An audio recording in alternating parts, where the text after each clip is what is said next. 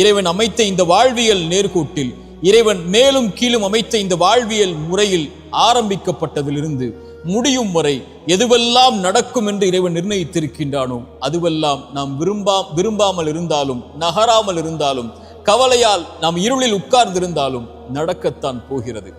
தோல்வியை வாழ்வியில் சந்தித்து விட்டோமா?